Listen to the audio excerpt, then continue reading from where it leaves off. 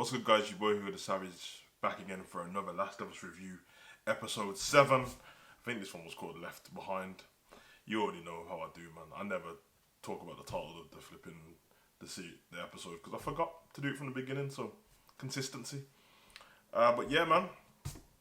Following off the back of what happened in the last episode, we finished the last episode with obviously Joel being impaled by the end of a baseball bat, riding off, passing out, and it was just Ellie trying to wake him up so he didn't die. Off the back of that, this episode starts.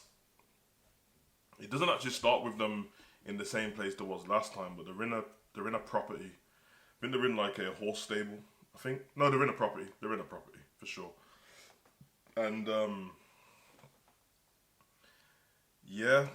it's literally Ellie trying to help Joel out, apply pressure to his wound, and then Joel kind of gets aggressive and angry with her, but in an emotional way because he wants to help her and tells her to go and be with Tommy, which is his brother. And then we go from there straight into a flashback of Ellie's life previously before she met Joel. Flashback to when she was part of the establishment, just kind of like life as it is with clickers and infected and stuff being around. So she's in the establishment, she goes to school and stuff like that, and a few different things, and then we get to see what she was like prior to us seeing her in the first episode, how she became, how she was. I had fun with this episode, if I'm honest. There was parts that we'll get to that I think they could have, changed or elaborated on, but for the most part, it was a good episode. I thought the acting was great. In the establishment, she gets into an argument with a girl in physical education class, who tries to pick on her, takes her Walkman off her, and then Eddie goes to fight her, and she alludes to the fact that like, what you gonna do? Your friend ain't here to beat me up, which is a friend called Riley, who Eddie thinks has left and died. So she gets into a fight with that girl. She beats her up. Come to find out later on in the episode, not long after that, Eddie's in a room and this Riley girl pops back in through the window. Obviously Eddie's surprised because she thought she was dead, and what Riley lets her know is she went off, and on her way back she was approached by a member of the Fireflies, and she joined the Fireflies. So she says to Ellie, "Would you like to join me? Trust me, and I'm going to take you somewhere." And she ends up taking her to the mall, which you can imagine for Ellie, it's an amazing experience. They've got all the electricity on. There's all this chemistry between the two actors. I don't know the name of both of the actors, but Ellie and Riley in this whole part was great. I thought the acting was perfect. I thought Ellie's range stepped up from the previous episode. She wasn't just swearing frivolously for no reason. You could see that there was a connection between them, which you saw what it was leading to anyway. The fact that it was more than just being friends.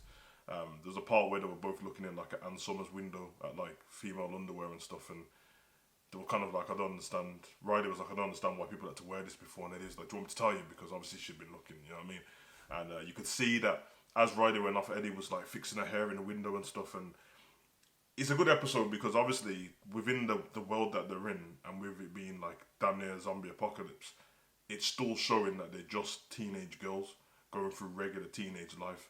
And this is one of the parts of it. Obviously her feelings for her, not knowing what to do with them because she's never had a girlfriend before. So move on from there, we get to the arcade. There's some nice parts in there where they're playing Mortal Kombat and stuff like that. Good for nostalgia as well. I thought that was kind of cold. And then the camera kind of shows that there's an infected there, like just lying in dormant, but he's been woken up by the noise. So we know that it's not going to end well from there. We then find out that Ellie finds out that Riley, it's not just the fact that she wants to show Ellie the mall. It was kind of the fact that she had been posted there by the Fireflies, and they're gonna take her somewhere else, where she's gonna have to move on and never see Ellie again. So she's trying to recruit Ellie almost to go with her. They get into an argument, and Ellie storms off and goes back.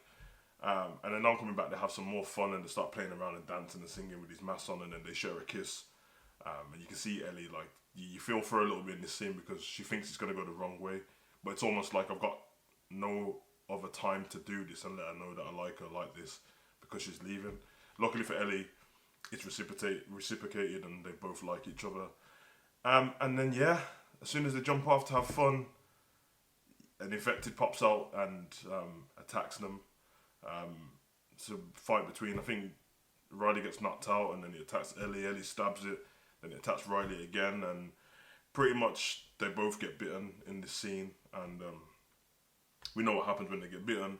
The problem is like, not the problem. The way they handled this part of the scene for me was really cold acting. Ellie's reaction to being bitten, knowing what the consequences, and screaming at the top of her lungs, was great, and crying, because you see two different reactions. Eddie was screaming, and Riley was just sitting there almost accepting that I'm going to die now, so it is what it is. And yeah, they're having this conversation where they're trying to figure out, what do we do next? Like, do we just let ourselves die? Do we take each other out? Do we shoot each other in the head? Do we just try and live and see how much time we've got together? And then just when we're trying to figure that out, it goes back to it flashes forward again, back to Joel and Ellie. And then you realise from the last episode, when Ellie told Joel, when he tried to get rid of her, she said, everyone I've ever loved have left me or died. And now you're trying to think, what's going to happen with Riley? And from that moment, she almost has the flashback. She panics, she runs upstairs, and he's searching the house rampantly, trying to find something to save Joel, because he told her to go already, and she goes back down. And then there's this sweet moment between them where, before he damn near pushed her off him, this time he grabbed her hand. It's almost like a father-daughter moment, and then she decided to stitch him up, and he had to trust her to do it while he was in pain. And we just saw that when it got to flash forward again, and you just see Ellie and Riley sitting there together, and it finishes from that point. So it kind of leaves it on a cliffhanger of what's going to happen next. Obviously, people who play the game knows what's going to happen next. People who haven't, you don't. But what I will say is, it's the 7th episode, and there's 2 episodes left. I'm expecting big things in the next 2 episodes.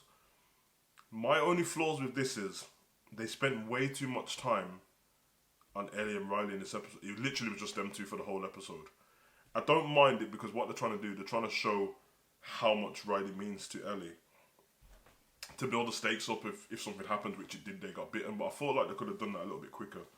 But it was almost like how episode 3 was, with the couple, showing them growing old together and stuff like that. So I get it. It's just something that I'm not used to with these kind of TV programs when it's to do with zombies. Again, I will say, if you're watching this review now, and you're only watching this review, if you're expecting something with shitloads of action in it, this is not the program for you.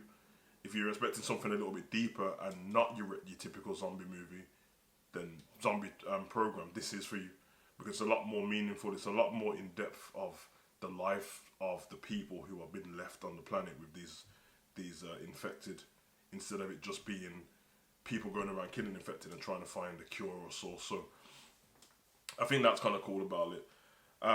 And I get that maybe they didn't know if HBO was going to greenlit another season, so they had to take their time with it. But for me, this would have been way better if they released all the episodes together, or released like 2 a week or something like that, because it's such a slow burner that there's no excitement waiting for the following week. I've been watching this because once I did the first review, I was like, I didn't want to just give up on it. I had to give it a chance. And by the time I did give it a chance, it got to episode 3, which is a very meaningful episode. So I was like, I just might as well watch it. But if you're just watching this off the bat, and you're into some certain types of things, and you watch that first episode, you might just not watch it again, because you'll forget about it trying to wait for the following week. Whereas if they put it out all together, it wouldn't feel like such a slow burner, because you could knock out 4 or 5 episodes in a day. But that's my thoughts on it and that. But it was a decent episode. Was it great? No. Was it great acting? I think so. I think the chemistry between everyone in this episode was great. Let's see how they cram everything into the next episode. But listen, I think whether people think they know what's coming or not with the game, what we don't know is what the directors chose to do. They've changed some things already, so we don't know if it's going to happen in the next episode, or they're going to carry something over to season 2. Who knows? But we'll find out. So let me know in the comment section. I've been your boy Hugo the Savage. Comment, like, subscribe, and share. Right.